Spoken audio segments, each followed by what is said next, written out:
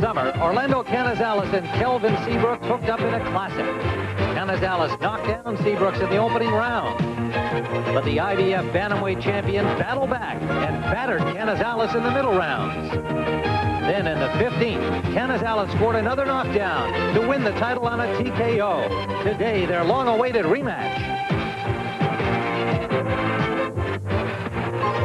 This is Brandy Johnson, the new darling of American gymnastics. You'll see her compete against defending champion Phoebe Mills in an encore from the American Cup Gymnastics Championships.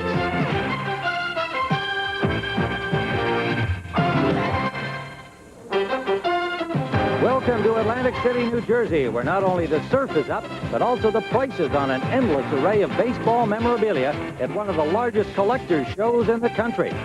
Outdoors, the overcast and rain of this morning has given way to glorious sunshine here at Harrah's Marina Casino Hotel as you look at some of the boats out on Brigantine Bay.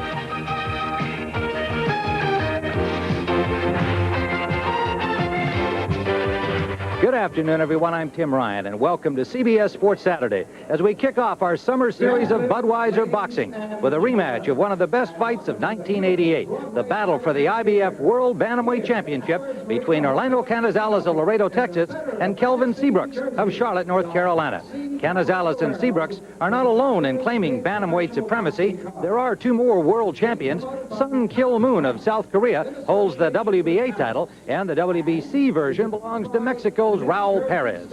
Joining me now is our CBS Sports boxing analyst, Gil Clancy. And Gil, anybody who saw this fight a year ago must wonder if it's possible to have the same kind of a fight again. Well, you know, when Sugar Ray Leonard fought Tommy Hearns, despite the fact the fight was 8 years earlier, we asked Marvin Hagler that question. He said, yes, fighters get to know each other in the ring. It'll be a continuation of the last fight. This fight was only a year ago. I expect it to be a continuation and a great fight. Well, all right, Gil. And joining us today as our roving reporter is Dan Jiggets. Right now, he's in the locker room of the challenger, Kelvin Seabrooks. Dan, welcome. Thank you very much, Tim. It has been a very special couple of days for Kelvin Seabrooks. Yesterday, the mayor of the city of Charlotte declared today Kelvin Seabrooks Day down in Charlotte, North Carolina. That's got to be a very special thing to happen to a fighter. Yeah, it means very much to me, a whole lot, because for one, I worked very hard, and for two, it really motivates me for this fight. So for Charlotte and Charlotte Hornets, we're going to bring it back home. Now, just to show you how popular Kelvin is down in Charlotte, the owner of the Charlotte Hornets, George Shin, has donated these warm-ups in the colors of the Charlotte Hornets for Kelvin. And your best friend, as I understand, is 5'3" Muggsy Bogues. Right. They're letting you know that big things come in little packages. All right, from a little package here in the locker room of Kelvin Seabrooks, back to you, Tim. Thank you, Dan. We'll be hearing from you throughout the day and looking forward to it. The big story dominating the sports headlines continues to be the ongoing saga of Pete Rose. Our Tim Brandt has been following the situation. He's standing by live at Riverfront Stadium in Cincinnati. Tim? Tim, there's an eerie feeling of anticipation here in Cincinnati. Tomorrow at high noon, Judge Norbert Nadell will render his decision whether or not Pete Rose has to maintain or keep his Monday appointment with Baseball Commissioner Bart Giamatti to discuss the allegations of gambling, specifically that Rose gambled on baseball games, specifically his own. And if that's true, it could conceivably end his career in baseball, his life in baseball. But this afternoon here at Riverfront Stadium, the Reds are hosting the Dodgers, and everybody is trying, rather unsuccessfully, to concentrate simply on the game.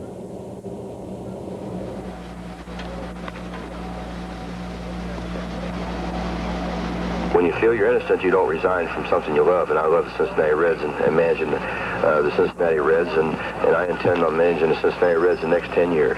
And it's been a blessing in disguise, because the media has stayed away from us on the field and, not really got involved in how we've been playing, and we've been able to relax and just go about our business. The only thing I can say about this whole situation is that he's been keeping us out there doing our jobs. And that's been the most important thing. Was it something that he consciously said to you guys, especially the more experienced guys, hey, don't worry about me, you guys just go out and play? No, he's the same person. He tells us to go out and have fun, do our jobs, and that's what we've been doing. He's maintained an outward calm and an outward composure. I've only seen him get out of sorts maybe 3 or 4 times. I think the last couple of days, I think it's really starting to wear on him a little bit. There is a bonding between Pete Rose and this city. He was born and raised here, played here, and he has endeared himself to the fans with his tireless efforts and unending hustle. I just hope it's not true. He's done too much for the game of baseball to to go out this way, I think. I thought they were being hard on the guy, and now I'm starting to sway the other way with what's going on these past few days. I'm thinking he's guilty now. Pete Rose has done a lot for baseball, and I kind of hate to see some of the guys that've done drugs in baseball and just get suspended for a few games, and yet Pete Rose is just dealt mainly with money. Well, I have mixed emotions because they are pushing gambling so much on everybody today that and they say it's a sickness. So why is it so much worse in baseball than it is in anything else? I just hope that that he comes out of this with his reputation untarnished. That's what we're all hoping for, I guess, but it doesn't look good for Pete. I just hope and pray that he can come out of it okay. Judge Nadell has waited until tomorrow to make his decision because he says he wants to be absolutely fair and legally correct in whether or not to issue the temporary restraining order for Pete Rose. But again, the decision will be made here in Cincinnati tomorrow at noon. We will be in the courthouse. Tim, meanwhile, it's the 4th inning here at Riverfront, and the Dodgers lead the Reds 4-3. Tim?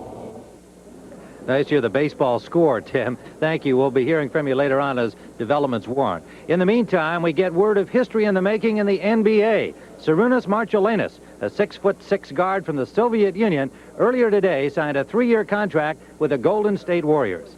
We'll start our program with a look back at the McDonald's American Cup Gymnastics Championships, an event that has become a springboard to Olympic glory for the likes of Nadia Comaneci, Mary Lou Retton, and Phoebe Mills, the only American woman to win a gymnastics medal in Seoul. I was in Fairfax, Virginia, along with Bart Connor, Kathy Johnson, and Leslie Visser for that event, and we'll have an encore performance when Sports Saturday continues here on CBS. CBS Sports Saturday is sponsored by Michelob. One taste will tell you why the night belongs to Michelob. Johnson's Baby Shampoo and regular or gentle conditioning formula. You need Johnson's for the life of your hair. And by the good time, great taste of McDonald's.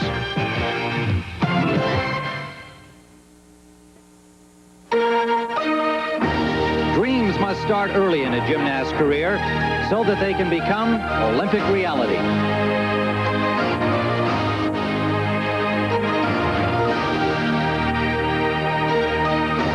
The stars of tomorrow are already courting the fans of the future. But first, they must master the power, style, and grace of the greats to become the champions they hope they can be today. From George Mason University in Fairfax, Virginia, the 1989 McDonald's American Cup Gymnastic Championships. Hello, everybody. I'm Tim Ryan here at the Patriot Center, joined by our Olympic gymnasts, Kathy Johnson and Bart Connor. And Kathy, this is the first major competition since the Seoul Olympic Games. Yes, it is, Tim. And fortunately for the United States team, they have 3 returning gymnasts from that Seoul Olympic team. Most notably, Phoebe Mills, who won a bronze medal on the balance beam at the Olympic Games, and also is the defending American Cup champion. She looks good to defend their title, but she's going to have tough competition from Brandy Johnson and also a couple other hot shots from other countries. She's got her work cut out for her. Well, Bart Connor, it would appear that this is a rebuilding year for the U.S. men's team. Well, and many of the guys on the U.S. team are in a reconditioning program. They're working more strength. They're trying to get in better shape and do the bigger tricks to compete with the top programs. They were 11th in Seoul, and that was a very disappointing finish. It'll be interesting to see how guys like Charles Lakes and Patrick Kirksey and Kevin Davis develop over the next few years. But one of the leaders and one of the key figures for the U.S. program is Lance Ringnault. He's only 18 years old. He's strong, he's quick, he's explosive, and he's not afraid of the big tricks. I think he'll be a key figure for the U.S. program for the next few years. Ringnault currently tied for 3rd after 3 rotations, and a new Soviet, Vitaly Marinich, currently in the lead. And of course, the Soviets were so strong, totally dominating the competition at the Seoul Olympics. Well, this is the next generation of Soviet gymnasts, and you can see they just keep coming with more talent and incredible athletes. Marinich is only 18 years old. He's been in the sport for 12 years, and you can see why he was 2nd in the all-around in the Junior European Championships last year. He has perfect form, great leg extension, excellent technique. While the women have completed 1 rotation, Phoebe Mills is in 1st place. Brandy Johnson tied for 2nd with Stella Ume of Canada. And let's look back at Phoebe's vault, Kathy. With some really strong vaulters in this field, it was tough to come out on top. But Phoebe did just that with a round-off, full twist in Yurchenko. It was a beautiful vault. So there are 3 rotations remaining in the women's competition. Next will be the uneven bars. And we're going to see Henrietta Onodi of Hungary. Just 14 years of age. She appeared at the American Cup a year ago and became a very big favorite. And she's as tiny as she was last year, which really works to her advantage here. She swings so easily. And watch the difficulty in this routine. Free hip circle, full twist over the bar. And now a little hop full twist. It's a nice combination. A Ginger, which could have been higher up above the bar. His release move should be over the bar. And a Jaeger, again, a little bit low. But it's important she's doing 2 big release moves in the same routine. Handstand reverse pirouette. Front giant, very difficult. Right into a back giant with a full twist. And a tuck double flyaway. Excellent routine.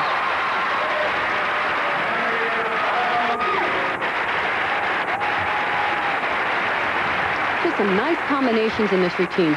Watch this, a front giant, pirouette. Now she does a back giant with a full pirouette over the bar. And right into her dismount.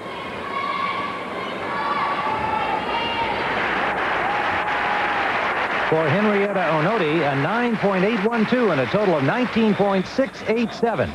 Returning to the men's competition, 3 rotations remain. Next up, the vault. Lance Ringnahl of the United States, the 18-year-old, member of the U.S. Olympic team and certainly one of the great hopes of the future, tied for 3rd. Lance needs a strong vault here. He was weak in pommel horse earlier. Beautifully done. That was a Kasamatsu in the laid-out position. Good distance. In fact, one of the best ones I've seen Lance perform. He's coached by Ed Birch, who is here with him today.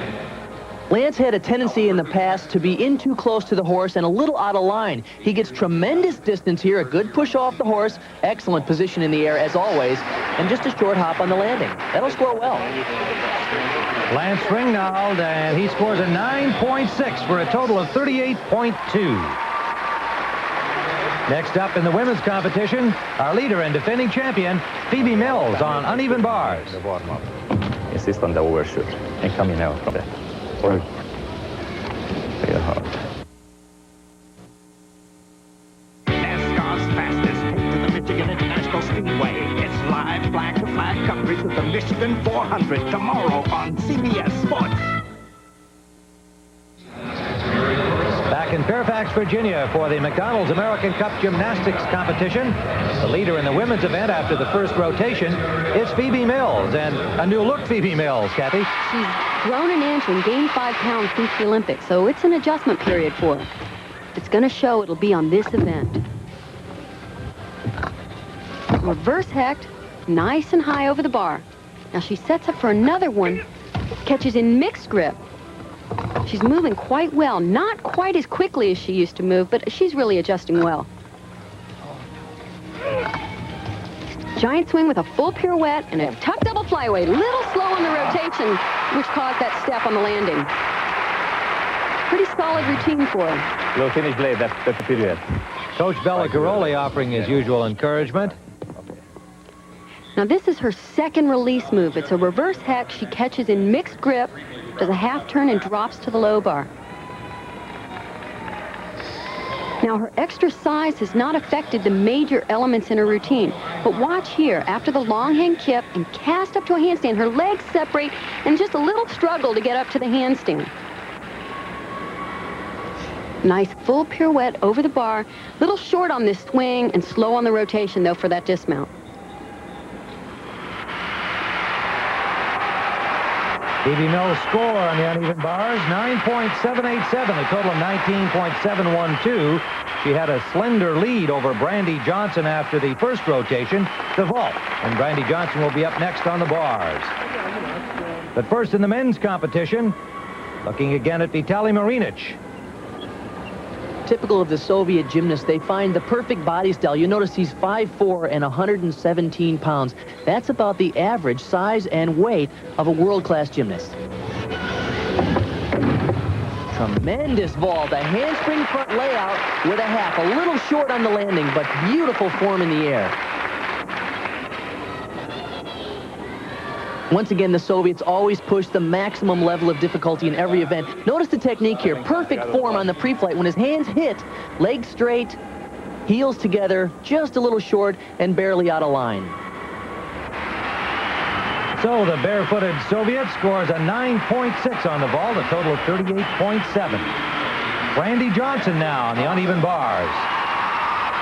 Brandy needs a 9.813 to take the lead. She's back with her coach Kevin Brown in Florida, having left him to join Bella Caroli in Houston, but recently returned to Brown. The Olympics was really a great experience for Brandy. She's been up ever since. Watch that nice high reverse head way up above the bar. Counter swing, front between the bars. She's so aggressive now. This is one of the areas where she has really improved. Giant swing, full pirouette, a little stutter step there, and a tough double flyaway. Excellent routine. Okay.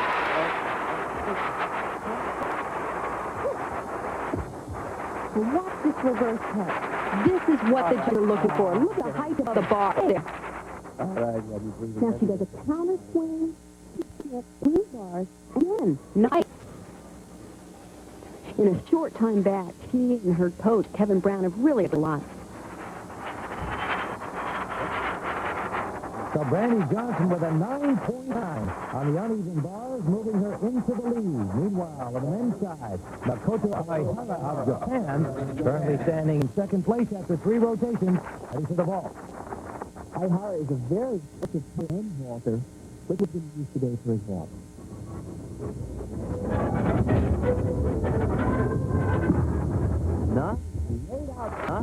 Laid out Tsukahara with a full with tremendous distance from the horse. Great form, good clean line in the air. You'll notice he does a round off on and then a laid out back flip with a full off. Beautiful form and tremendous distance. Nice landing. Aihara of Japan, a 9.5. Which is low, I think, compared to the other scores we've seen. And so that leaves Vitaly Marinich of the Soviet Union in first place after 4 rotations. Lance Ringnauld of the U.S. tied for second. Kirksey of the U.S. tied for 4th. American Brandy Johnson leads the women's event after 2 rotations. And Phoebe Mills right behind her, followed by Henrietta Onodi of Hungary.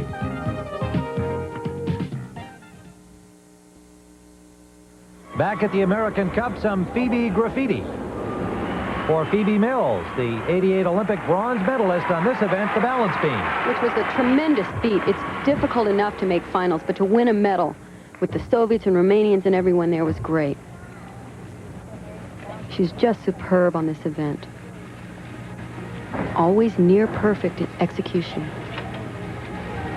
Now this is the toughest part of her routine. Back handspring to 2 layouts, a little bit off to the side.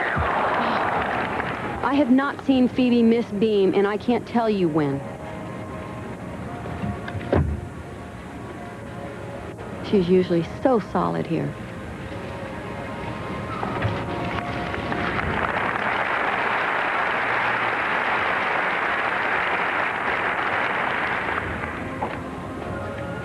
Notice the close attention to detail, every toe point, hand positioning.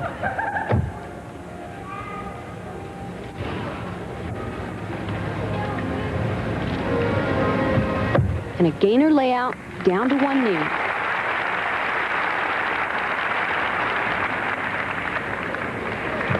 And a nice original move.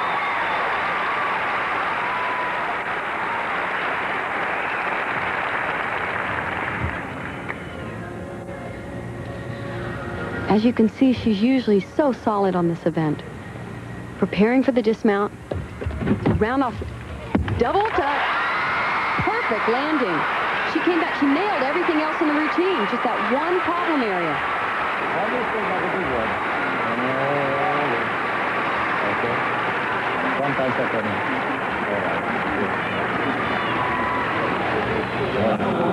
Well, Kathy, what happened here? Well, she was straight on the first back handspring, but she was a little slow on the rotation in the first somersault. Her chest was too low there and had to work too hard to get into that second somersault. Therefore, she's off to the right.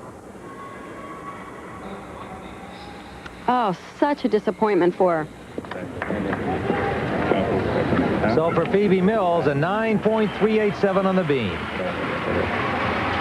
You know, for another good one. The next one, maybe October. Okay? Vitaly Marinic, still the men's leader after 4 rotations. He's up on the parallel bars. One of the new trends in parallel bars is more and more underbar work. As you notice there, glide, reverse straddle, peach half to a handstand, and a giant swing. All those underbar elements, something that the judges are encouraging the gymnasts to do more of. There's a giant to a reverse stutz, original skill. He just seems to work so effortlessly. Perfect form. He never seems to be anxious. Very smooth rhythm. Oh, and a perfect double back. Nothing to it. A very stoic presentation on the part of Marinic, but at a very high level of excellence. And what perfect form on this giant to a reverse stutz. There's the Healy twirl. Every skill is done with good, smooth rhythm. He never rushes. Beautiful lift in the back toss. And he just kicks out of that tuck double back. Good for a 9.8 for Marinic, and he is still the leader in the men's event. And next up, the women's leader, Brandy Johnson. Be focused. Feel it, okay? Feel that routine. You know how it feels, okay? All right, baby. Show it off. You're great up there. Earlier, Leslie Visser talked to the coach about Brandy's return to him. Kevin, you coached Brandy Johnson. She left you to go to Bella Caroli. Now she's back with you. What was it like to lose her, and what's it like to have her back? Well, obviously, it's great to have Brandy back. She's probably one of the greatest that the United States is ever going to have. She was gone for a very short time. She's been with me for 4 to 5 years, and she was gone for 4 to 5 months. So that kind of tells a story. It was hard for her to go for that short period of time, but it helped her to place the highest of all Americans at the Olympic Games, and she's back with us now. We're training hard, and we're really looking forward to the competition today. Well, obviously the duo is working. This is definitely a career on the rise. As I said earlier at the uneven bars, that was one of the areas where she's really improved. This is another one.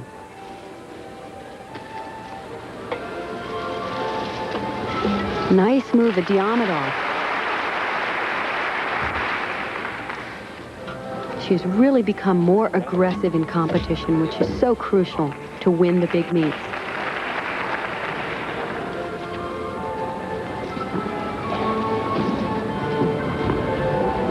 Here's her most difficult pass.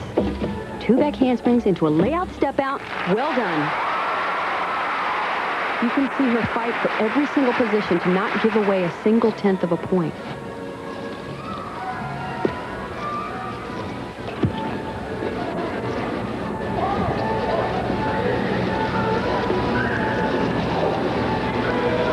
She does a punch front here. Beautiful landing. She is just on.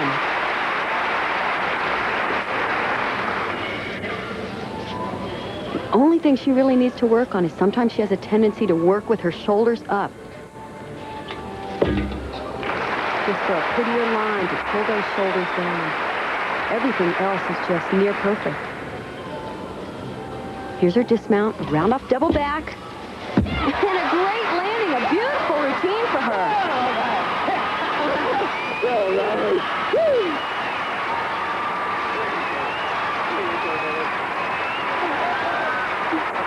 Brandy Johnson, what a response from the crowd here at George Mason. So we're looking at her 2 back handsprings into a layout step out. Now watch, she almost gives it up and this, no way, locks it in there. This is crucial if you're going to win the big meets and if you're going to compete against the Soviets and Romanians. You cannot allow any mistakes. And look at the landing here. A near perfect performance for Brandy Johnson. She's our leader. And so after 3 rotations, 15-year-old Brandy Johnson of the United States is the leader. On the men's side, Vitaly Marinic of the Soviet Union remains in first place through 5 rotations. We'll be back with the conclusion of this exciting competition a little later on. We'll also talk live with Phoebe Mills, who has recently announced her retirement from active competition. But right now, we're approaching fight time here in Atlantic City. Orlando Canizales getting set for his rematch against Kelvin Seabrooks for the IBF World Bantamweight Championship. And let's check in with our man Dan Jiggets in the champions locker room. Dan? Tim, as we showed you before, Kelvin Seabrooks is a very popular man in Charlotte, North Carolina, but equally as popular down in the streets of Laredo is Orlando Canizales. Orlando, you have to tell us a little bit about that parade that they threw for you the last time you won the championship. Well, after I won the title last year, I went home. The mayor in the city of Laredo, they honored me with a parade and with several parties, and they just treated me real nice. Give us some kind of analysis of how you see this fight different or similar from the last one, which everybody said was the fight of the year in 1988. Well, when we fought, it was a tough fight for both of us, and I expect this fight to be tough, but I believe in myself, and I have confidence that I'm going to win this fight. Tim, from a very confident Canizales locker room, back to you. All right, Dan, when we come back, I'll join Gil Clancy at ringside as CBS Sports Saturday continues after this message and a word from your local station.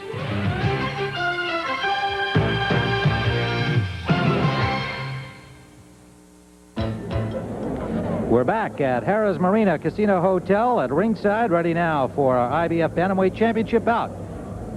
Seabrooks and Canizales. Orlando Canizales, who won the title a year ago in a thrilling 15-round knockout over Kelvin Seabrooks, the then champion, after having him down in the first round and then knocking him down in the 15th and getting himself the belt. He has defended it once successfully, Gil Clancy, and Seabrooks has had one fight in that time as well. Now, it's hard to imagine we'll get the same kind of a fight as we said at the top of the show, because that was really something special a year ago. But one thing we know that will be different, Kelvin Seabrooks has himself a new trainer. Yes, Kevin Rooney is his trainer. He has him up in that Catskill camp, which is a great place to train. He has him isolated. He told me he has good sparring partners. We know that Seabrooks is going to be in good condition. I think Rooney's that kind of inspiring corner man, too, that might be a good addition. Well, yeah, you know, he knows how a fight is flowing. He'll push the guy. He'll make him go. You can't make him go much more than he did in the last fight, though, Tim. That was just a great fight. That's for sure. Well, that was not only a great fight, but a great finish, showing a great display of sportsmanship. We thought we'd take you back to that and find out more about these two guys. Boxing is a sport often defined in terms of warfare, but a year ago, a 15-round battle ended with a touching display of sportsmanship. After Seabrooks was behind me putting the belt, I was surprised. You know, I didn't expect that from him. You know, he's a real gentleman. You know, he's a real nice individual. A year later, Kelvin Seabrooks has set aside his friendly feelings in service of regaining his crown. He has something I want that I think really I deserve. He earned it, but I deserve it more because of the fact that when I had the title before, I defended it like a true champ against any and everybody. So now, you'll see a totally different Seabrooks. Conceding that Canizales was the more polished of the two, Seabrooks has taken on trainer Kevin Rooney, the man who took Mike Tyson to the top. Well, Kevin made me totally different. I think he settled me down more. He taught me how not to get hit, how to move after I throw punches, and which that was something I always wanted to learn how to do anyway. Well, you know, Seabrooks, he's a tough fighter. He's a durable fighter, and I expect a tough fight from him. But, you know, I have confidence I'm going to win this fight, and I train real hard, and I'm ready. Two very special young men, two special boxers, and they are coming up for the IBF Bantamweight Championship when we return live to Atlantic City in just a moment.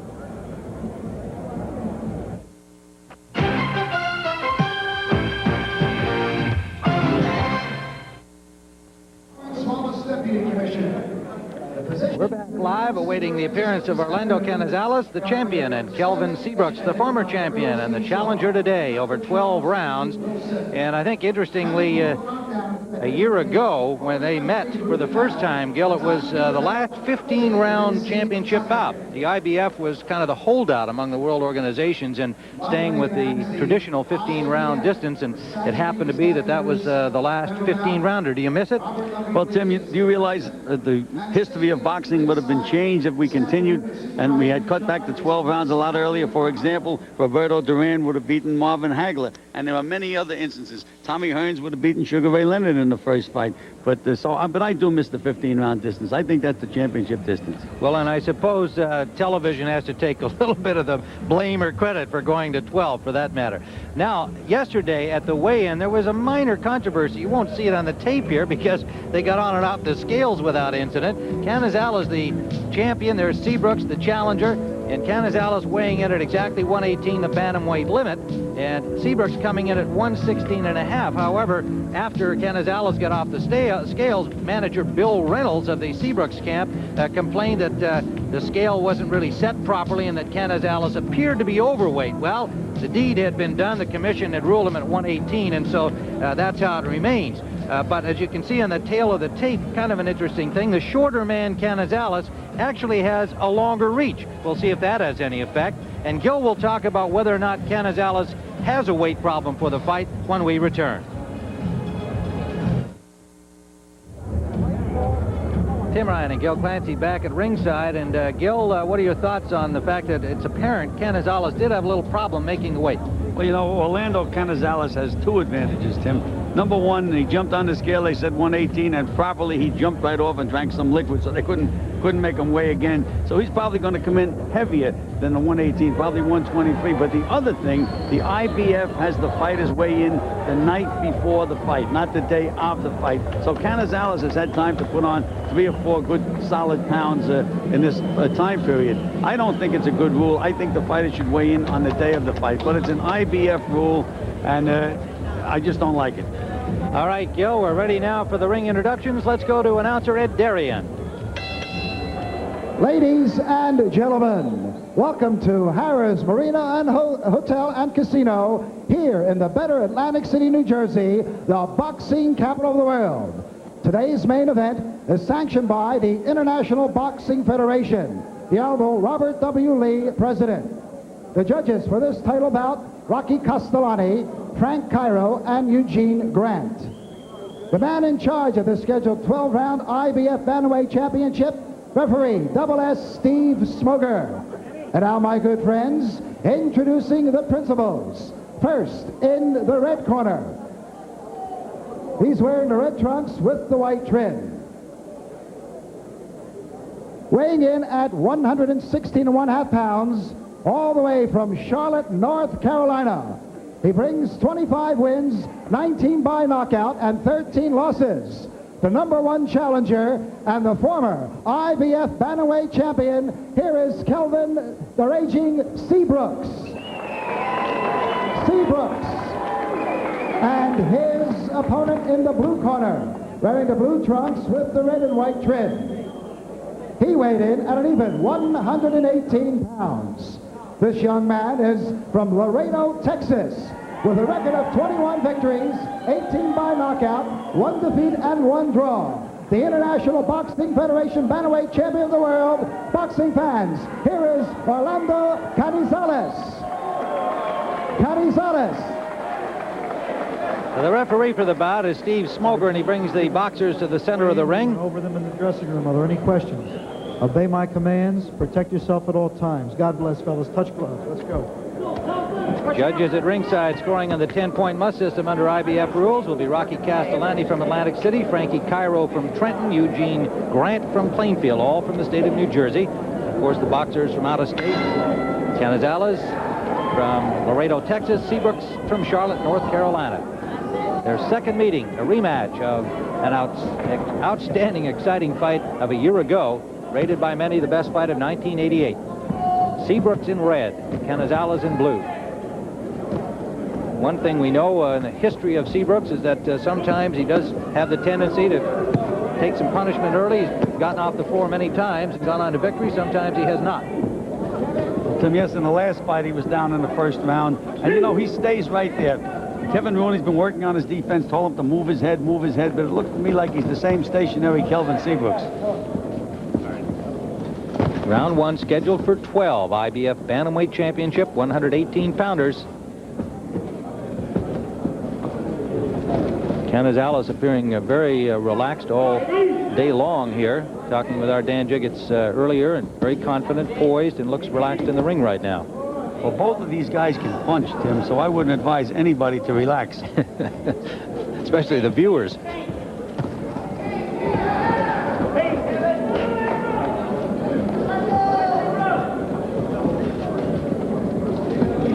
Canizales, 23 years of age, the champion. Seabrooks, 26. Good movement there by Seabrooks under the combination of Canizales. Lands a right-hand lead, does Seabrooks.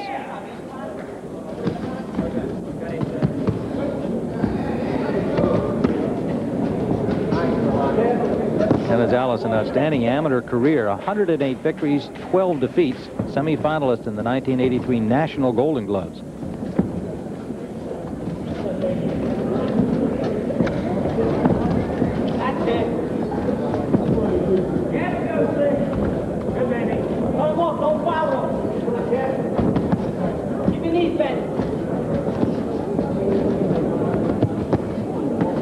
Canizales with a good combination. The last exchange. You can hear Kevin Rooney telling Seabrooks to bend his knees, stay low. Canizales countering to the body. And a good stiff jab.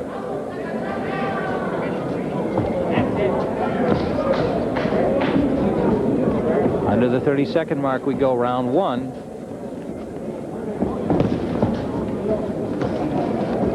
Tim, in the last fight, Canizales was able to beat Seabrooks to the punch when they both threw right hands. And that was the big difference in the fight. Seabrooks has a tendency to lead with that right hand. Final seconds of round number one, scheduled for 12, live from Atlantic City on CBS Sports Saturday. Canizales and Seabrooks.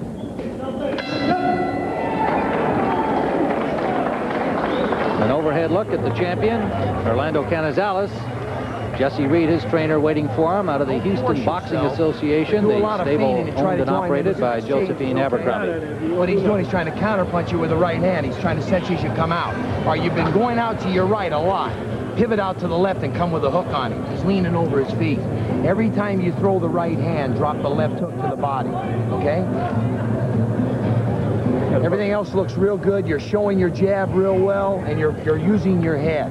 But the only thing is you're going out to the right all the time. Start pivoting out to the left a little bit. Make him look at a different look. Little grease.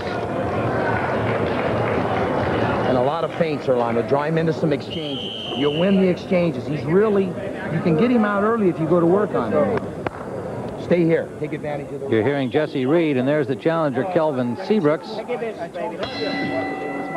Round number two. Scheduled for 12. Seabrooks in red. Canizales the champion in blue. I know it was music to your ears to hear Jesse Reed say, throw that left hook behind the right hand. Well, Tim, that's what we work on in the gym all the time. Every time those guys throw the right hand, we say hook. But he said to throw it to the body. Canizales got a little kind of a half uppercut in, 2 in a row on Seabrooks. And there's a good left hand from Seabrooks. Keep that head moving. That's it.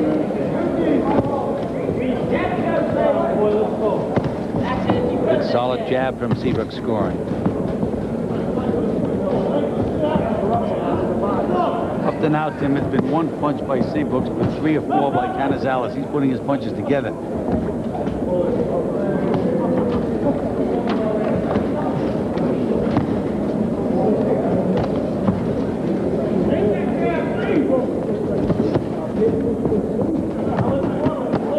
There's an example of what I'm talking about. It's 1, 2, 3, 4, 5. Right hand grazing the chin of Seabrooks from the champion Canizales.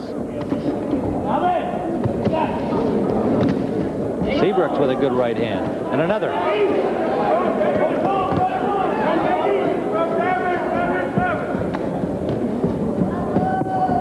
Left hook, big one by Canizales. That rocked Seabrooks. And a right behind it. Seabrooks bangs back to the body. Canizales coming up the center now, finding a little room up the middle.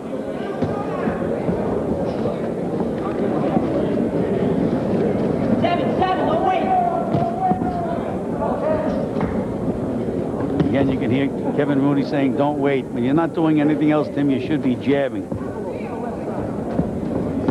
There's that good left jab.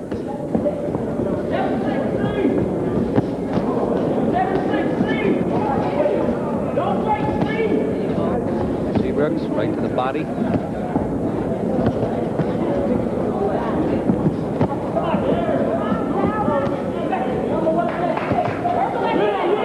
Seabrooks landing it right to the head, and then another right down the pipe, and a left hook to the face of the champion.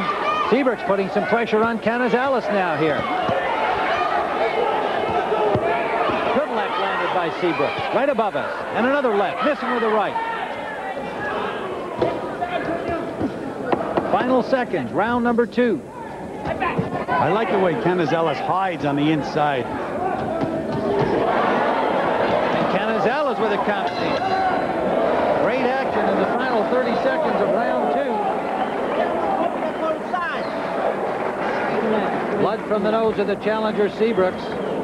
To go back early into that second round, it was a big left hook I think we're going to see here from Canizales. Good straight right hand, Tim. Short right hand. But I like the way Canizales is so comfortable inside. He can get those punches off inside real well. And now here's Seabrooks coming back. Nice straight right hand lead. There it is again. He's working that right hand overtime, Tim. But that's when the way he got nailed last time. Throwing that right hand too often, getting beaten to the punch. Let's go to Dan Jiggets. Tim, as you might have noticed, there was a delay in the start of the fight, and that was because there was some recalcitrance on the part of the Kevin Seabrooks corner to come down too early. They felt there was too much of a draft here in the gym for them to come down that early, so as a result, we had a delay. Back to you, Tim. Let's go, Kev. Let's go, Kev. All right, we're ready now for round number 3. Thank you, Dan. This is Canizales in blue, Seabrooks in red. And a good, short, sharp right hand from Canizales to open the 3rd round.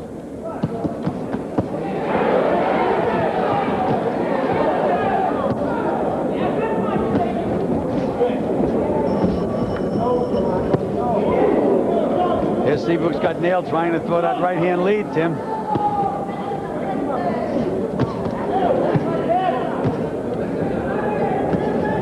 Both fighters finding openings now and landing heavily in this exchange right in the middle of the ring. A right hand from the champion. Good defense by Seabrooks then, Tim. Still some blood from the nose of Seabrooks, but no real trouble.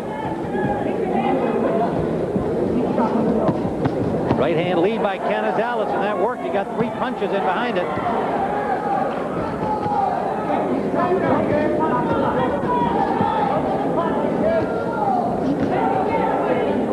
And Seabrooks' face is starting to lump up pretty good, Tim. Left jab by Seabrooks, missed with that right hand, short. Blocks the left hook from the champion.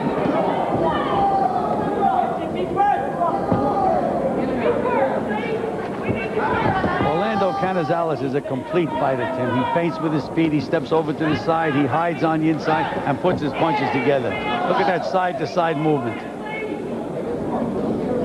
And he'll sneak in that right hand lead to effect.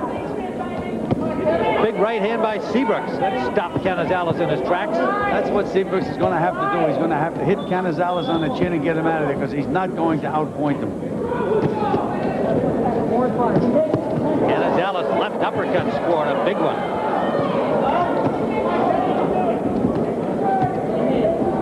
Under a minute to go in round 3. Well, we mentioned that this would probably be an extension of the last fight, and it certainly is. Yes, it is indeed.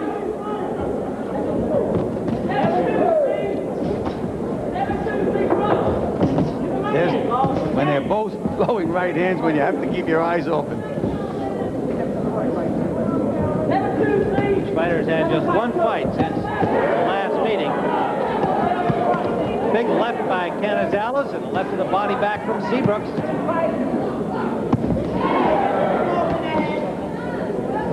Under 30 seconds we go. Seabrooks lands and then Canizales back with a combination. Another combination by Canizales. Coming to the end of round 3. Bomb throwing by both boxers.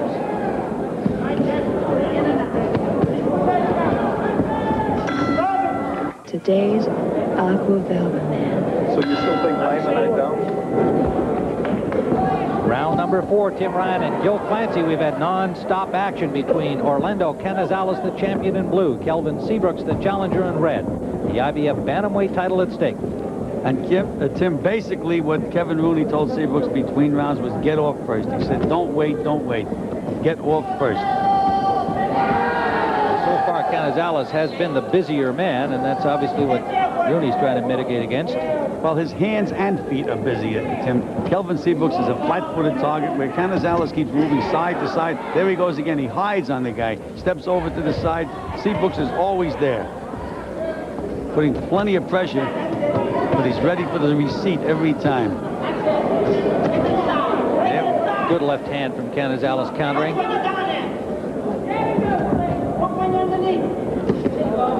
The body from Seabrooks. Canizales never fails to punch back. Blood from the nose of Seabrooks again. Have to look for Seabrooks to land the big punch.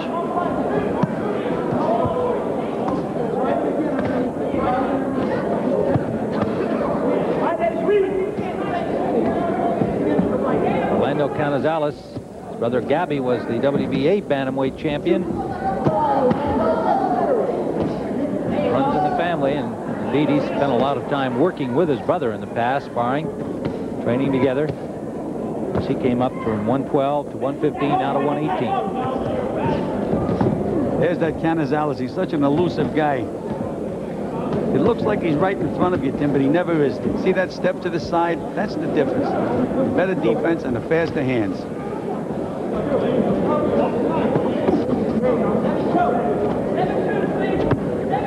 A minute to go. Round number 4. Seabrooks. Good left and right from the challenger, Seabrooks. Trying to pin Canizales on the ropes. Canizales works his way out of there without undue damage.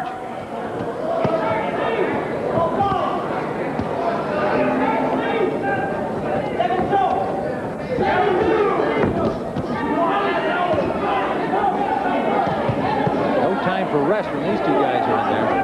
Under 30 seconds we go. And Kevin Rooney's using the old customado method. He's calling numbers, 7-2. I wonder if these guys have time to think about 7-2 when those punches are coming at you the way they're coming today. Final seconds of the 4th round.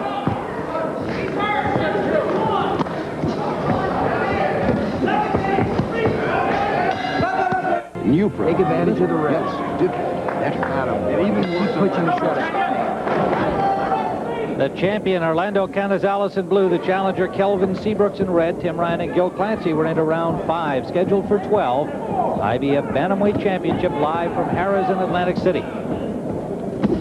Tim, we had mentioned before that the IBF has the weigh-in the night before the fight, which, again, Canizales was the guy that was rumored to have a little problem with the weight. It should work to his advantage. Now, if the weigh-in had been this morning, perhaps later in the fight, Canizales would start to wear out, but he's had time to bring himself back. I like that little move that he takes, that he slides over to the side. And Kelvin just keeps stalking him, looking to throw that big right hand. A little bit of an abrasion under the right eye of the champion, Canizales. There has been blood from the nose of the challenger, Seabrooks, since round 2. But neither little injury, anything to worry about at this point.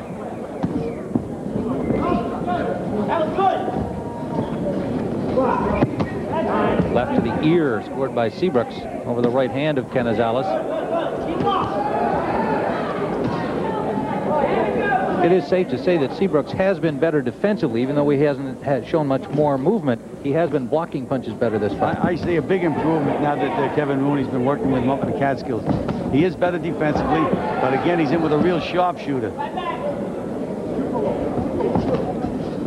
Now that's a point well taken. Canizales, a very accurate puncher, and a busy one at that.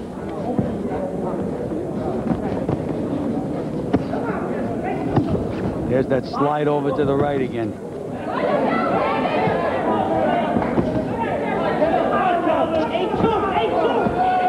I hear Kevin Rooney calling out the numbers of the combinations he wants from Seabrooks again. Under a minute to go, round 4. An uppercut landed by Canizales. And a right hand, round 5, pardon me.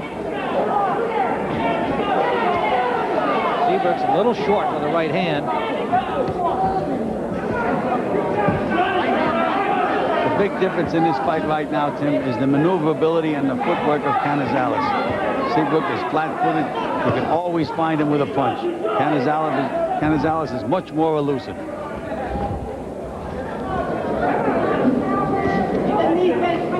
30 seconds to go. I can recall you're comparing him in style and indeed somewhat in looks to a young Roberto Duran.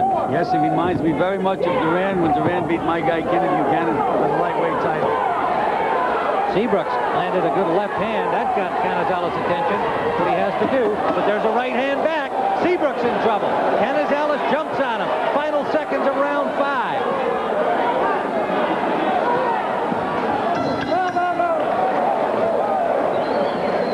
Seabrooks had just landed his best punch of the fight, and Canizales came right back and rocked the challenger into the ropes. Be smart. Don't breathe out your nose. Don't breathe out the nose. It's fine. Let's take a look at that action right near the end of the round at about 10 seconds to go. There we see Seabrooks missing that right hand, Tim.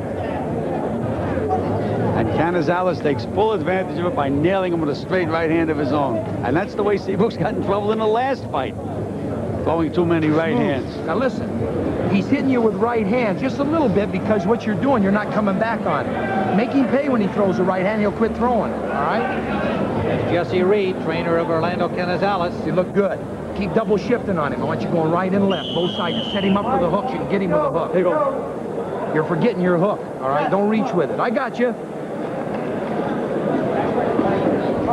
So you can see Jesse Reed, even though his fighter finished the round well and had Seabrooks in a little trouble, was more concerned about the right hand that he had taken just seconds earlier.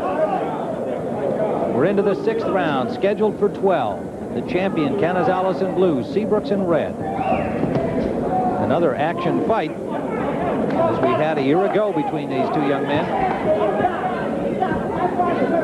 You know, Kevin Rooney had told Seabrooks to get off first, but now he's standing there trying to figure things out. He should be snapping that jab. And he just took a hard left hook from the champion.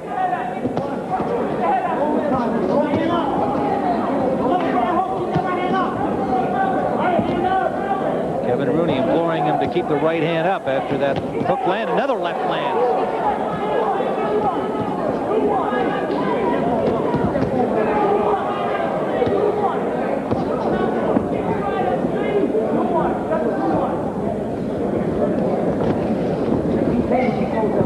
Carol Seabrooks, Kelvin's wife, here at ringside. And Seabrooks is starting to push that left hand now, Tim, instead of snapping it. That can be very dangerous.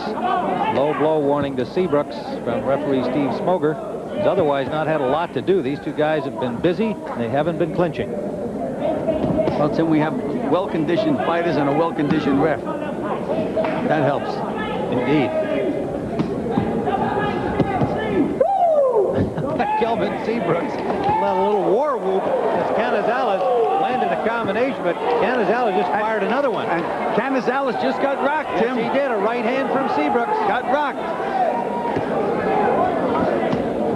Yeah, this movement by Canizales is his first kind of defensive movement. He's going backwards here. Seabrooks on the attack. Left landed by Seabrooks. And look at the maneuverability on Seabrooks now, side to side, inside. He may have learned something from Canizales. Under a minute to go in round number 6.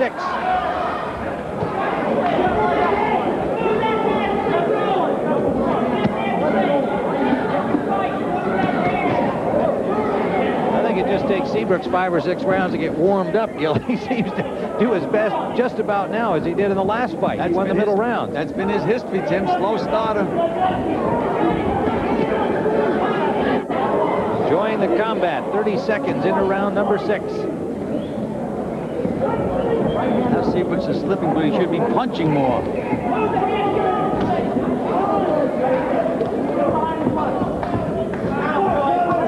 Canizales definitely going backwards more here since that good shot from Seabrooks. Final seconds of the 6th round.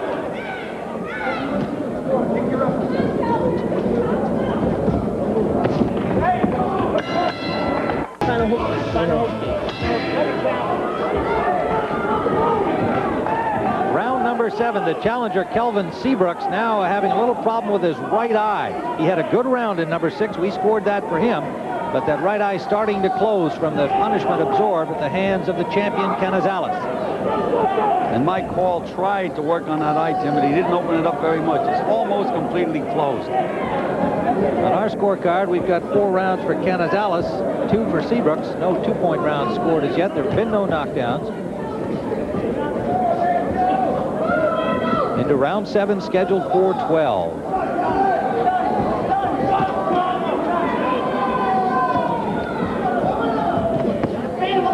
Combination scored by the champion.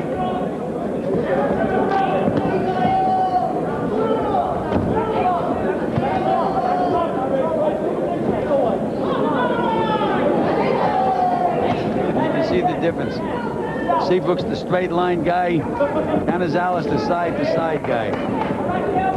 I think also that Canizales is a little more wary than he was prior to round number 6, though, Gil. Well, he got wobbled, Tim. He sure did. Slapping the left to the ear of the champion. He pops the jab back.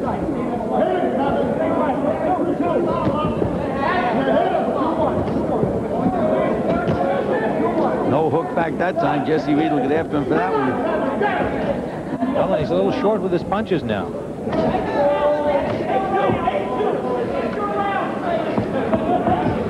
Yeah, he's trying to punch and get out of the way at the same time, Tim. You can't do that. Lunging right hand from Seabrooks. His left. Canizales short again. Definitely off the rhythm he showed in the first 5 rounds. Under a minute to go. Round 7.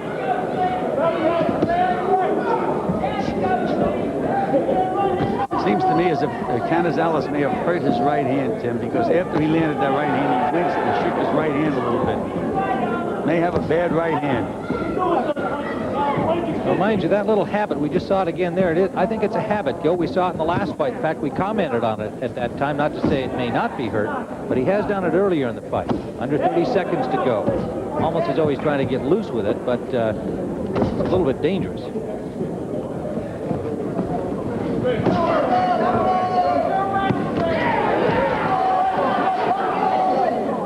Neither fighter landing effectively in that exchange. We come to the final seconds of round number 7.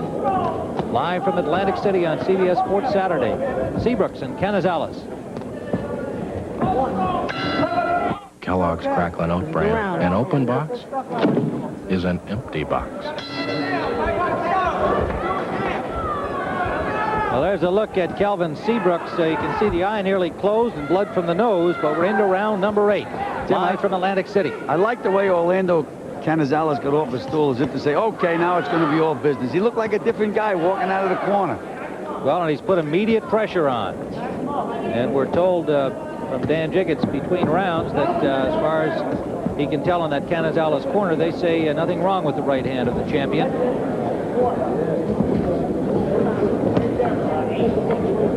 Seabrooks definitely will have a vision problem. The rest of the way, though, on the right eye, almost closed. A little more swelling under the right eye of the champion, Canizales. No knockdowns thus far, but a lot of tough punches absorbed by both guys.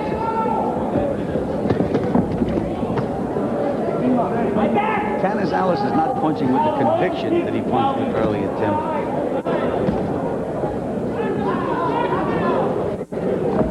Still making those moves, though, those side-to-side moves that are bothering Seabrooks so much. Again, Seabrooks is putting pressure on, but forgetting to throw punches. Is that the key, Gil? What do you tell Seabrooks here about how to attack this guy? How do you hit him? You have to, Tim, I always say if you can't hit a guy with a jab, you're not going to hit him with any other punch. So as he's moving after him, he should be feinting the jab, throwing one jab, throwing 2 jabs. But work off that left jab, but keep it busy. Don't just try to look for a big opening. They don't take place. Landed a good right hand. Got Canizales' attention again, and he knows it.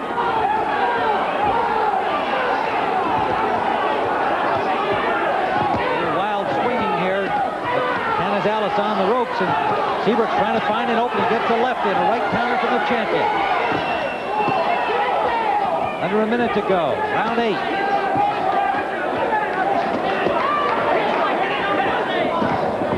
Seabrooks unable to really capitalize with that opportunity after his good, solid right.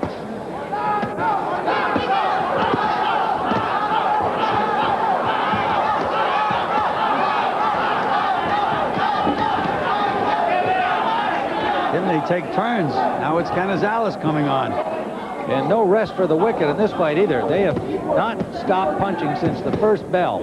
Under 30 seconds to go. Round 8.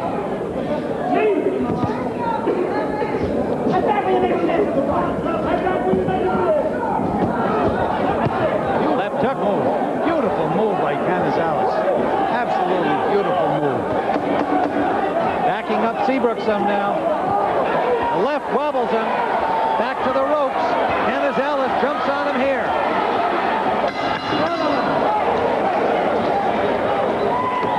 The end of round number 8. Canizales in some trouble in the corner. Or rather, Seabrooks, we're looking at Kelvin Seabrooks. Canizales had him pinned up against the ropes with a good left hand that sent him reeling back into the ropes. How you feel? Open up, open up. And the doctor is look him up, open him up. That's good, Kevin. Kelvin Seabrooks. Okay, Doc? Very game guy, and he's in the fight, Tim, but he's taking a battering. Let's take a look at this replay now. There's that first short left hook. And you see Seabrooks continues to try to punch back.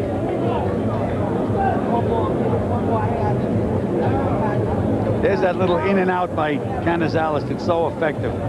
Doesn't look like he's doing much, but just that little in and out does the job. Right and the left, sending Seabrooks back to the ropes. Live in the corner now, Kelvin Seabrooks. Go wait till you get hurt to go with this kid. Go with this kid now. Go with him right now. Right Commission now. doctor came in, Right hand up, hook took with a him. look. He's now discussing the situation with Steve Smoger, the referee. Round number 9 upcoming.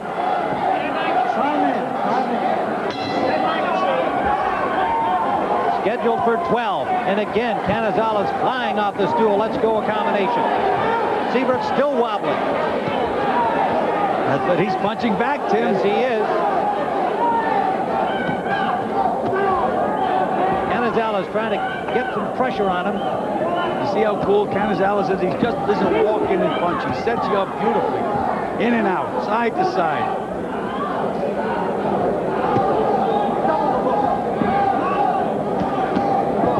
Two left hooks, and that bothered Seabrooks. Right on the eye that's bothering him. Punches back with the right to the body. He's definitely having trouble seeing. The doctor's on his feet, looking closely at him. Canizales. And then you see Canizales throw those punches and then high. Go over to the side, come back again, set things up again. What a cool kid he is.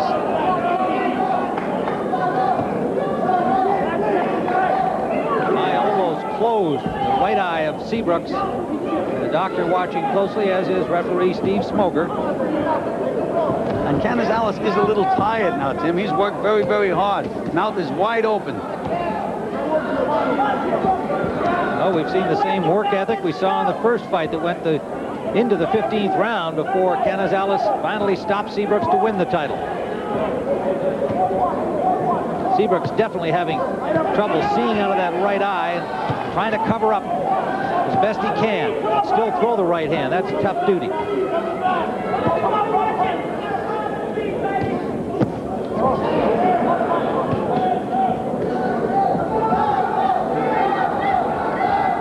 Gain, 26-year-old challenger from Charlotte, North Carolina. Fighting now virtually one-eyed into the 9th round. Lands a big right hand. Tim Canizales is trying to take a little rest, and he's letting Seabrooks back in. He's a little tired. Under the minute mark we go in round 9. Seabrooks keeps coming forward, trying to land that big right-hand bomb that would turn this around for him.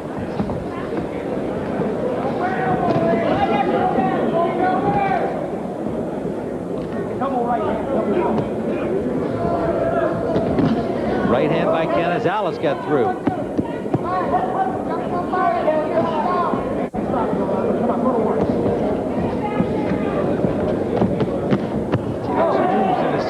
sets things up so beautifully. Then he comes back with his combinations.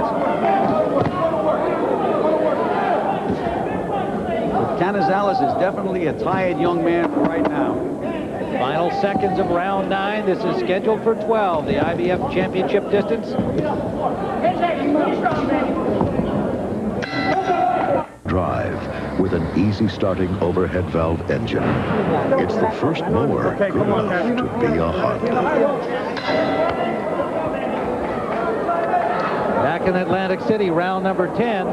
See if we can find out from Dan Jiggets what the Dr. Charles Wilson has to say about that eye. Tim, I'm sitting alongside the doctor ringside. He said the problem is that right eye of Kelvin Seabrooks is starting to close, and as a result, he cannot see left hooks coming at him, and certainly Orlando Canizales has been taking advantage of that.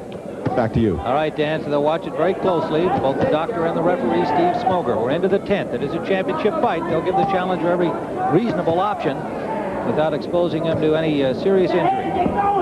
And Tim, Canizales starts out every round, and he really does a job on Kelvin Seabrooks in the first minute, but then he runs out of gas a little bit.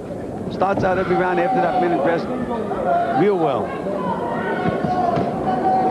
He's doing that. He's touching the body. Break it up. Pick it up, Danny. Pick it up. Pick it up. Pick it up.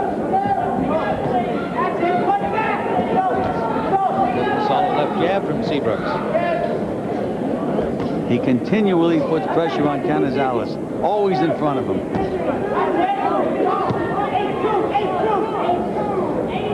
Kevin Rooney wants the 8-2, whatever that is. Well, got that figured out yet? A straight right hand landed, Tim. Whether that's the 8 or not, I don't know, but a straight right hand landed.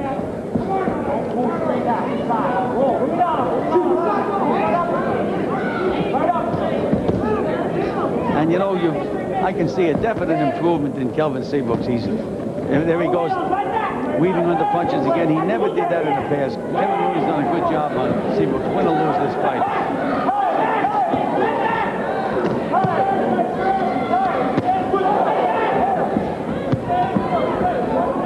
Seabrooks just keeps coming back for more punishment, and Canizales is dishing it out.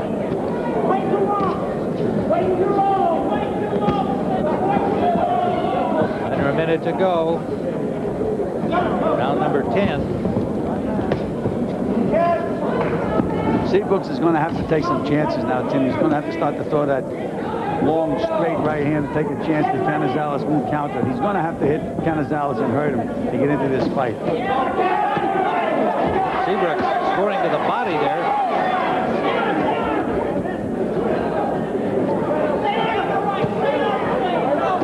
Right to the ear. Champion Canizales, the left to the forehead, and he bangs away from the ropes.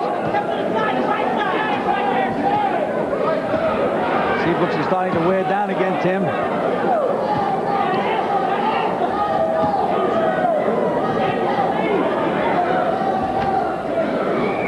Hey, I'd better take a good look at Kelvin Seabrooks between rounds. Final seconds of the 10th.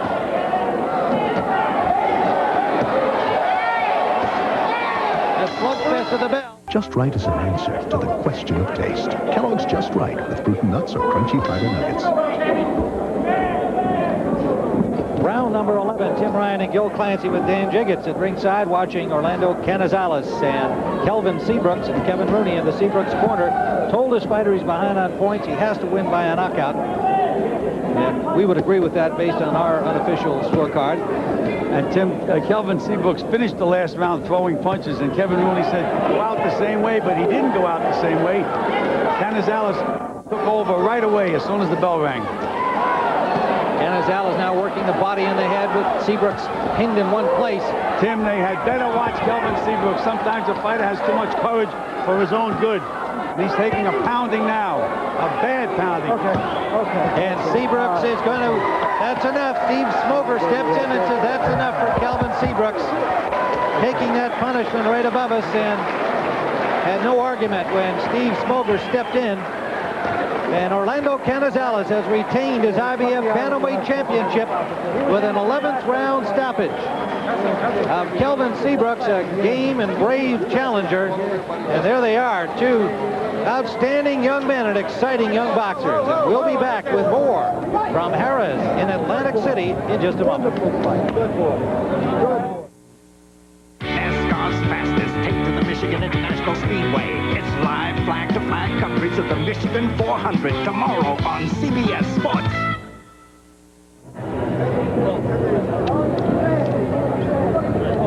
We're back looking into the corner of Kelvin Seabrooks, who just taken a little too much punishment and was unable to go any farther. Steve Smoger recognized that as Seabrooks literally put his hands down, stepped in and stopped the fight in the 11th round.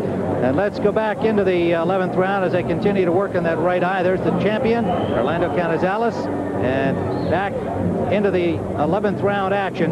You can see that solid left hook there really did some damage, and Seabrooks unable to punch back, and Canizales now scoring at will, and Seabrooks unable to see and really in difficulty here. Steve Smoger, the referee, watching very closely.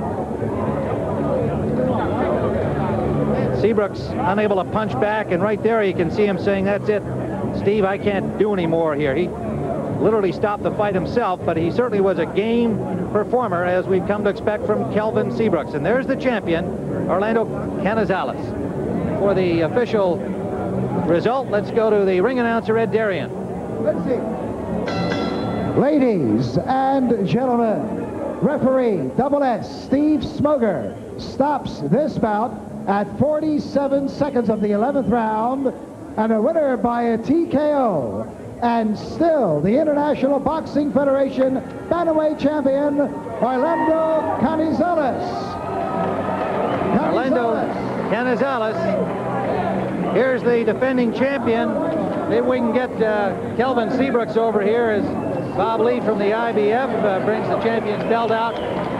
Well, you two guys did it again. That's all I can say. It was a lot like the first one. Did you have any reason to expect the same kind of a fight, Orlando? Well, I knew, Seabrooks he's a tough individual, and I knew it was going to be a tough fight. Yeah. And in a lot of other fights, you would look like the loser. When you look at yourself in the mirror, you'll see that.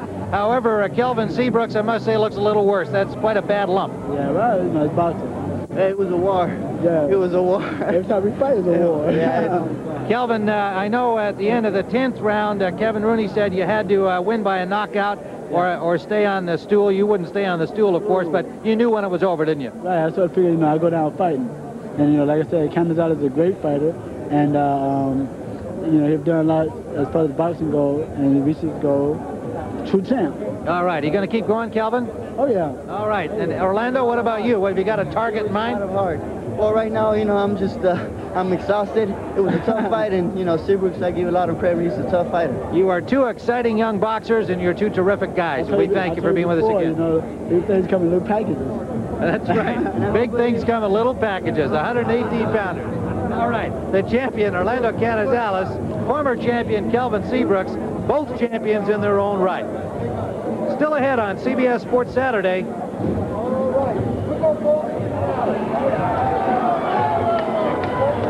We've got more activity on CBS Sports Saturday for you. Right now, let's go to Dan Jiggins. Tim, I'm over here with the fight doctor, Charles Wilson. Doctor, it seemed like you had some concern in the 9th round even, and what was happening to Kelvin Seabrooks, but how did you decide to finally stop the fight?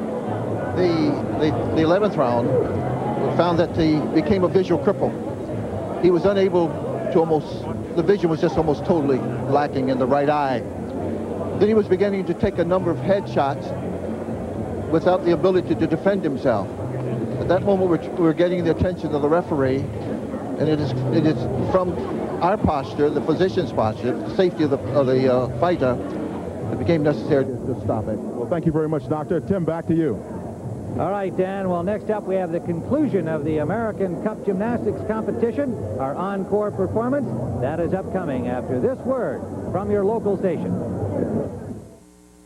We're back live in Atlantic City, where Orlando Canizales has just defended his title successfully, the IBF Bantamweight crown, with an 11th round stoppage of the challenger and former champion Kelvin Seabrooks. Well, earlier, you saw some of the competition from the American Cup Gymnastics competition. And as we pick up the action now, the women are in the floor exercise, and Brandy Johnson is looking for her first American Cup title. Vitaly Marinic of the Soviet Union is the men's leader after 5 rotations, and they are on the high bar. So let's return for the completion of the competition. We are back at George Mason University for the 1989 McDonald's American Cup Gymnastics Championships. And here on the 5th rotation in the men's competition, American Patrick Kirksey, 20 years of age, from the University of Nebraska. And Patrick is a really big guy. He's 5'10" and 165 pounds, as opposed to Marinic from the Soviet Union. We were talking about him being 5'4" and only 117. But for being so big, Patrick is amazingly strong at throwing that big body around. He opens with a beautiful peach straddle cut. There's a back toss. He's a little over there. Second one was better. He needs to top those back tosses right to the handstand if he wants to score the maximum points. There's a good combination, 2 Healy twirls. The fact that he did 2 in a row raises the level of difficulty on that sequence. Patrick has been very consistent all day. All of his scores between 9.45 and 9.6. Tuck double back, a little shorter rotation there. So the junior from Nebraska, third in the all-arounds at the 88 Winter Nationals, yet to be on an Olympic team. Looking forward now to 92, Bart. He had a tremendous back toss with great height, but he was over-rotated. The second one was good. He continues through here with a front uprise. This is the Healy twirl, right from the top. Now what makes this sequence more difficult is he goes right into the next Healy twirl without stopping in between, and he gets more points from the judges. Value raising, they call that. Well, Kirksey's value on the parallel bar is 9.55, and he was fourth after 4 rotations, so still in the medal hunt. Here's 14-year-old Olyesha Dudnik from the Soviet Union, an 8th grader, the 1988 Soviet junior champion. Very difficult mount. Round off layout step out onto the balance beam. She does one of the most difficult routines I've ever seen done on the balance beam. Aerial cartwheel into 2 layout step outs. Amazing. That is so hard. Now that's a requirement. It's called a dance series or gymnastics series, in which you connect 3 gymnastics elements together without stopping. Watch this round off full twist, just nailed it. I have watched her do that in workout, in practice. She has not missed that yet. Another requirement here, the full turn right into the handstand. That's a mixed series requirement. There's been a lot of changes in the judging. In fact, most routines come out of a 9.6 unless they get their bonus value. And of course, this routine more than meets her bonus requirements.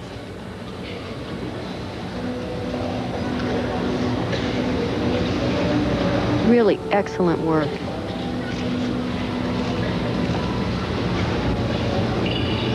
Preparing for a dismount. Round off back handspring, triple twist, a little off to the side with the step, but the rest of the routine was just gorgeous.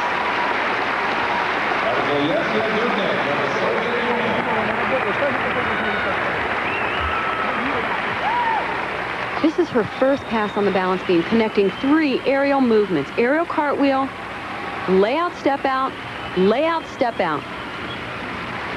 Perfectly straight over the beam.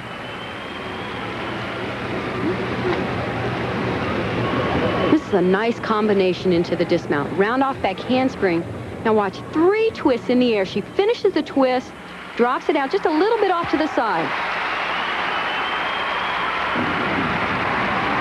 For Dudnik, a score of 9.862, and that will move her up in the women's standings. Meanwhile, next up on the parallel bars in the men's event, American Lance Ringnahl, the youngest member of the 88 Olympic team at Seoul, and he's taking a different approach to what he hopes will be Olympic gold in Barcelona. He turned down a scholarship at the University of Nebraska to continue to train at his home club, and we asked him why. My impression was that if you're ever going to go to the Olympics, you would do it in a collegiate program. You know, you'd go to the college, you get peaked out there, but I did it at a club, and I didn't want to change that. So I'm staying where it works for me. My gymnastics is going good for me now, so there's no need to change it. And as far as this year, I'm taking a year off school, but next year I will attend the University of New Mexico. Well, Tim, you know, until recently, most all of the U.S. gymnasts peaked during their collegiate years, and going from a private gymnastics school to a college program was a big step up in terms of training and facilities and coaching. But Lance has a good thing going down there in Albuquerque, and an excellent coach, Ed Birch. It's working for him. He opens on the end of the parallel bars with a planche, peach straddle cut, a giant on the end. Typical of all of Lance's exercises, he does every trick in the book, packed with difficulty. He has improved a great deal on the parallel bars. Nice back toss, Diamondov. Good smooth swing, nice elevation on those stutzes. And a very clean pike double back dismount. Fine performance by Lance Ringnauld. And the audience at George Mason University really appreciated that effort. Lance had a tendency before to do every trick in the book, but kind of rushed through them. You can see here he's taking his time with good swing, good clean form, good line in the Stutz handstands. And this is a great part of the exercise, a pike double back with perfect form, and he nails that landing. Ringnauld was tied for second after 4 rotations and a 9.8 here on the parallel bars. So the standings now after 5, still the Soviet. Marinic, the leader, but Ringnauld in second place and Patrick Kirksey, his teammate, in third. On the women's side, American Brandy Johnson leads after 3 rotations, 1 more to go. And you can see the young Soviet Olesya Dudnik has moved into second place with the captivating Henrietta Onodi third.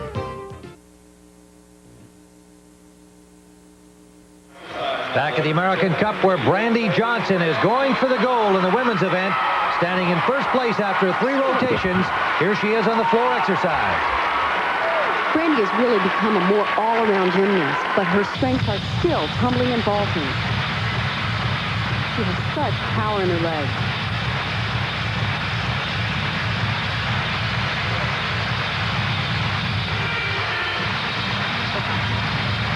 First tumbling pass is a full twisting double back, a little over rotation, but hardly a deduction at all.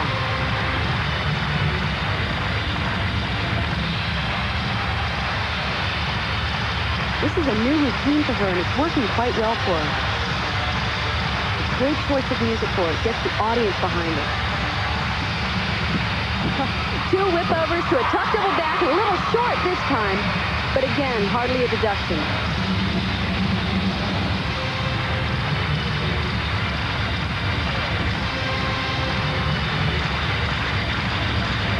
This is a fun routine.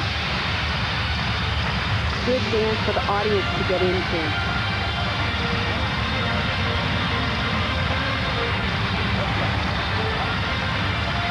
Final tumbling run is a high tuck double back and a perfect landing. Excellent performance.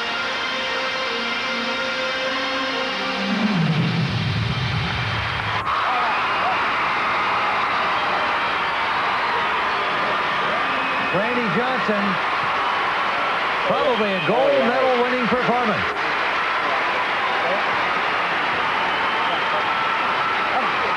This is really going to be a boost for her career. I think we're seeing the beginning of a new reign.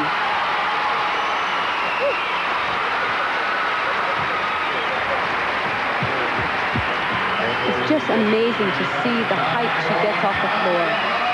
Look at the lift, arms right up over her head. In good form, right through to the landing.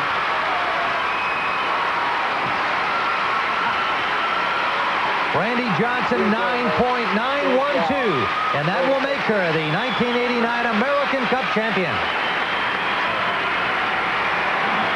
This is one of my favorite tumbling passes. These are bounders or whip overs through to a tuck double back. And she opened up a little bit too soon on this and landed a little short, but recovered well. And one more look at her final tumbling pass. Brandy is even capable of doing more than we've seen her do here. She was 10th at the Olympic Games in Seoul. She's better now. She's going to be tough to beat. Well, Leslie Visser is with our new champion and her coach, Kevin Brown. Brandy, last year you didn't make the finals. This year you have an insurmountable lead. What did you hope to accomplish here?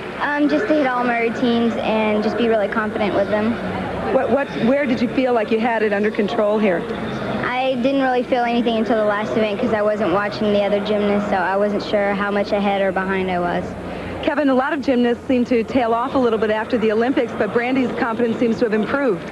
Well, Brandy just came right off the Olympic Games and didn't really need any downtime at all as far as she was concerned. Got right back into the gym, and we've been training hard since December. This was her goal, to win this. We came here. She did it, and I'm very proud of her. Well, congratulations to you both. Back to you, Tim. All right, Leslie, Lance Ringnahl ready to go here for second place in the men's competition. He needs a 9.750 on his final event, the horizontal bar. Now, Lance has always been very exciting on the high bar, but in contrast to Marinic, we saw two brand new moves from Marinic. We've seen Lance's routine before, but what makes it so excellent is the fact that he has really interesting combinations of skills. Right here's two release moves in a row. Reverse heck with his legs together, right to a ginger. Beautifully done. That's a new combination for Lance, doing the reverse heck with his legs together. More difficult that way. Jam to eagle giant swings. Good hop, full pirouette. Do another pirouette. Here comes a dismount. A double twisting double. Wow. Lance Ringnahl winning a lot of hearts here at George Mason University. This is a great angle to see this combination. The reverse heck with his legs together, right to a ginger, which is a backflip with a half twist, and a perfect position to regrasp. He continued through the exercise, and he does a laid-out double twisting double for a dismount. Great form, perfectly straight body, and he cranks two twists and spots the landing easily. Well, that performance should give him second place here without much doubt at all. 9.8 for Lance Ringnahl, a total of 57.8 in second place behind the Soviet Marinic. And this young Soviet, Olesya Dudnik, can clinch second place in the women's competition. Her final event here on the floor. Olesya is very versatile on this event. She does three very different tumbling passes. She opens with a piked full in, does it very nicely. Now, the one thing I've noticed, she's not as strong in the dance area as most of the Soviets are.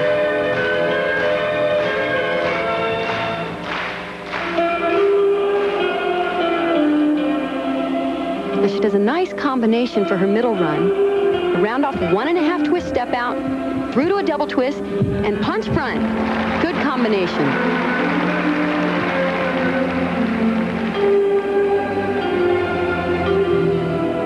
It's a nice change in the music.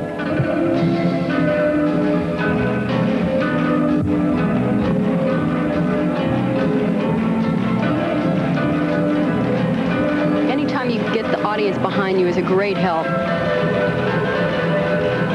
Now she ends with a very difficult tumbling pass. It's a triple twist. It's very hard to end a routine with this move. Finishes the twist a little bit short and off to the side, but that's really her only significant deduction.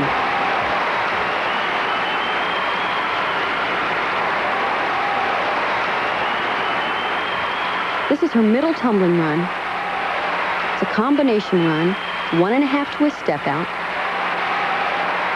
through to a double twist, and kind of the new thing to do is a punch front, and many people tumble right out of that as well.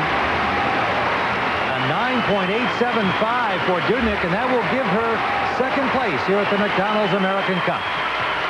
And so the American Cup women's champion Brandy Johnson of the United States, defending champion Phoebe Mills, finished fourth. In the men's competition, it was the Soviet Vitaly Marinic, the winner, with Lance Ringnahl and Patrick Kirksey of the U.S. finishing second and third. And so our thanks to Kathy Johnson and Bart Connor for their coverage of the McDonald's American Cup, and our salute to the champions. When you put your heart in it, it can take you anywhere. Who's to say that we can't make it? It's the same dream that we share. When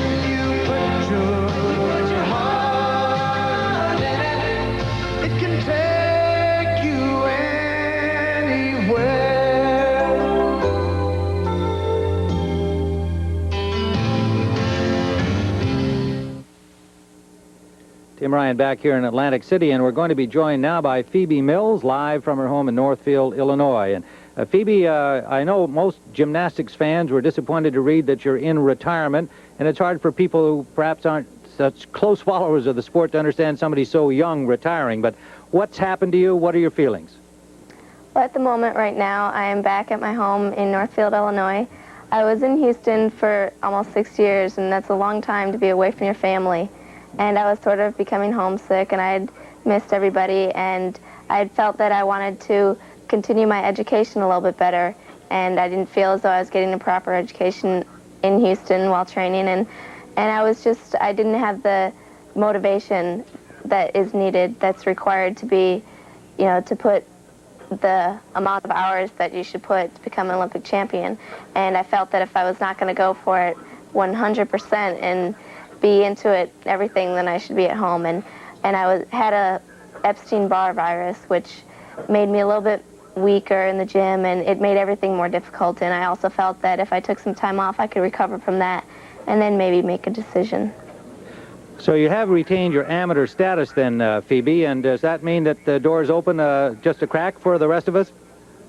Well, the door is still open. Bella told me when I left that, well, whatever my decision was, he would be supportive of it, but that if I ever felt as though I wanted to come back, I could. But at the moment, I'm at home, and I'm just relaxing and taking it easy right now.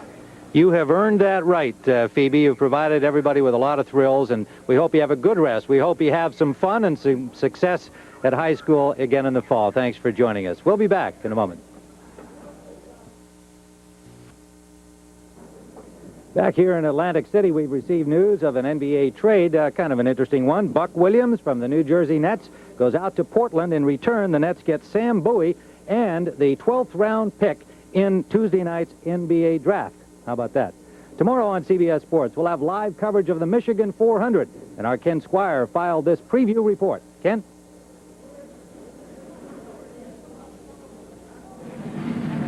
At the 2-mile Michigan International Speedway, temperatures today in the 90s, just about as hot as the competition to decide the pole position for tomorrow's 400-mile, $600,000 race. Behind me, you see final efforts to get the cars primped and ready for their grind. Let's take a look at the top 5 rows for tomorrow's competition. In the 5th row, it's Davey Allison and Rusty Wallace. Row 4 will be Sterling Marlin and Harry Gant. Row 3 is Dale Earnhardt and Jeff Bodine.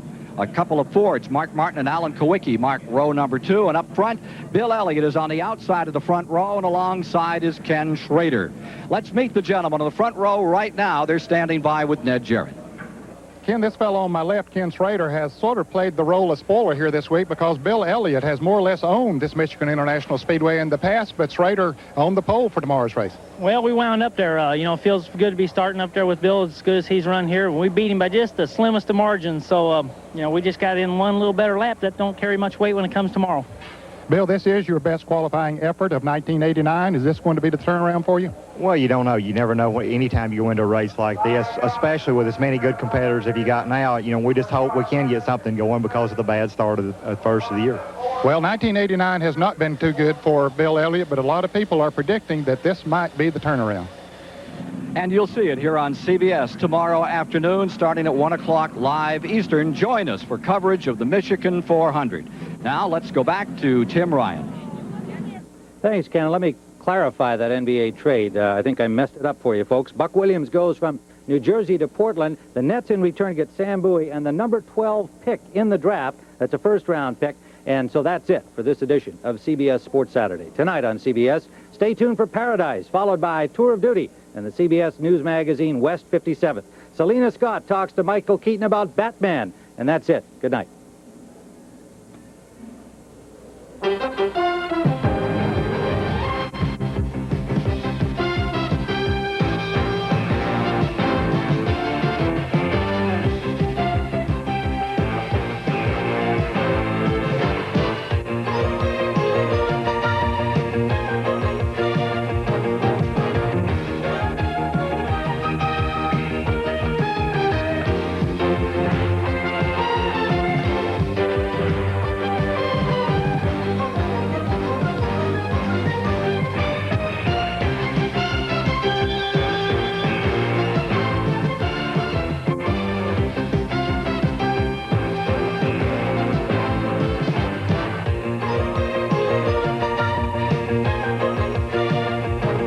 CBS Sports Saturday has been sponsored by the American Express card. Membership has its privileges. The Menon Company. All over the world, Menon products take care of people who take care of themselves. And by Budweiser. Beechwood aged for that clean, crisp taste. This Bud's for you.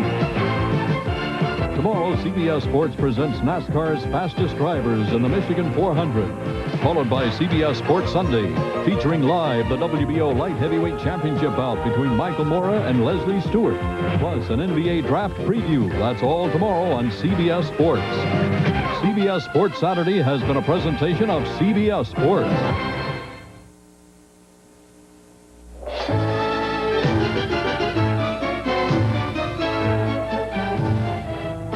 United Airlines, from the ground up, rededicated to giving you the service you deserve. Come fly the friendly skies.